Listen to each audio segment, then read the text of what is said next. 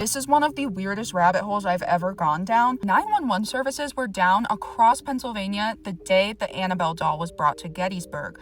A few days later, one of the handlers of the doll tragically and suddenly passed away. I believe this doll is housing a Nephilim spirit, and as crazy as it sounds, Nephilim spirits look like clowns. The occult normalized clowns and circuses to try to invoke Nephilim spirits in society. This all goes back to the Harlot of Babylon, or the woman of Revelation 12. This is not typically interpreted in this way, but I believe that is on purpose. The word used for clothed with purple can also just as accurately be described as scarlet, and clothed in other contexts can mean hair. So I personally believe that Revelation 12 is actually referring to the Harlot of Babylon. This also seems to be who Paul was addressing in Acts 19. Artemis, Diana. This is a woman of many, many names, and she is a red heifer, a red-haired virgin about to give birth, or a moon goddess or an archer archetype. And we just talked about how Jack Parsons, the founder of JPL Labs, which was the basis for NASA, did the Babylon working ritual, where he wanted to invoke the goddess on the moon that would give birth to the crowned conqueror.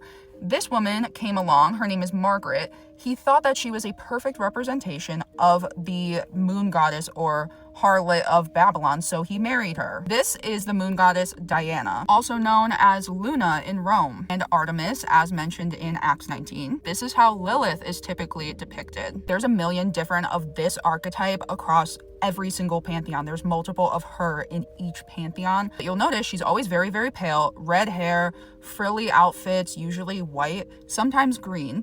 She'll be an archer, a moon goddess, a goddess of war, fertility, Mother Earth, that type of thing. Judas is also typically portrayed in a similar fashion. So is Athaliah. Look at even the collar thing, and Delilah, and Nebuchadnezzar, Esau, which means fiery and red, Cain, Potiphar's wife, classical depictions of Lucifer, who looks like the male counterpart to Venus, the one that stands in an oyster shell, Salome, who ordered John the Baptist's head, Queen Jezebel. 2 Kings 9, when Jehu came to Jezreel, Jezebel heard of it, and she painted her eyes and adorned her head and looked out of the window. Most of us think of this as standard eyeshadow or eyeliner, but many ancient cultures would do a line down each eye. There's also other places where it talks about Jezebel painting her face. Keep this in mind for a second. Take a good look at Pennywise, the makeup, the hair, the head shape, the outfit. These are real skulls that we found that people think are Nephilim skulls. Look at the shape and also the hair color. And then back to Pennywise, and think about how clowns are portrayed in pop culture. The two biggest ones I can think of are Pennywise and Killer Clowns from Outer Space.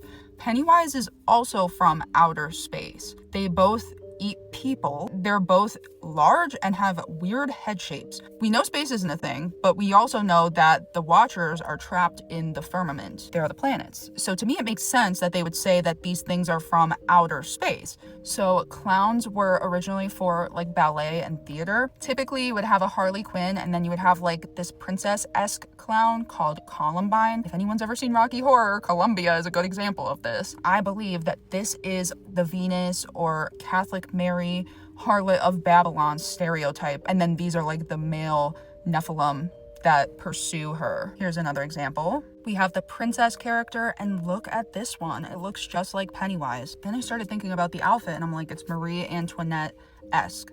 Check the frills in the outfit, even down to the shoes. But then the head shape, so I'm like, I don't know if she just went gray. I know they say that this was a wig. I don't believe anything mainstream at this point. So I typed in, what did she look like when she was younger? And of course, every picture where she has the red hair, she's also wearing a hat. Emperor Gaius, aka Caligula. Notice Gaius, I never knew that Caligula's title was Gaius. Gaia, Mother Earth. It's an archetype of the Harlot of Babylon. Nero was the same way. Most of the giants that lived in North America, this one absolutely destroyed me when I found this out. Most of the pharaohs in Egypt, I never would have thought this. Guys, Cleopatra, like how? How? They teach us everything backwards. Queen Elizabeth I. Look at the thing around the neck and like the hair, the head shape. These were not wigs. And it goes back to that verse about Jezebel where it says adorned her hair. Look at all that they do to their hair. They put like entire shows on in their hair. The Tudor queens, lots of this going on in the Rothschilds. Queen Mary, or Bloody Mary, who was best known for executing anybody that was Protestant. And that's a theme through almost all of the leaders that I'm showing you. They're all devout Catholics that execute Protestants, aka just normal Christians. Boudica, a famous warrior queen. The hair, look at the face paint. Maria Medici. The Medicis are one of the most powerful, influential royal families to have ever existed. And look at the family as a whole. Every single one of them, unless they're grayed. And another common thing with all of the people that I'm showing you is that they would be in trouble for incest. The Prophet Muhammad, who is actually just a guy that was given a fake satanic book by the Catholic Church at the Vatican and told to bring it home and spread it. He apparently had a red or orange beard, and it's like a thing. We even see this in mainstream pop culture. The Queen of Hearts. This is meant to be a take on Bloody Mary, which is why she always says off with their heads. But hearts? It's because it's the harlot of Babylon, which again is a circus character.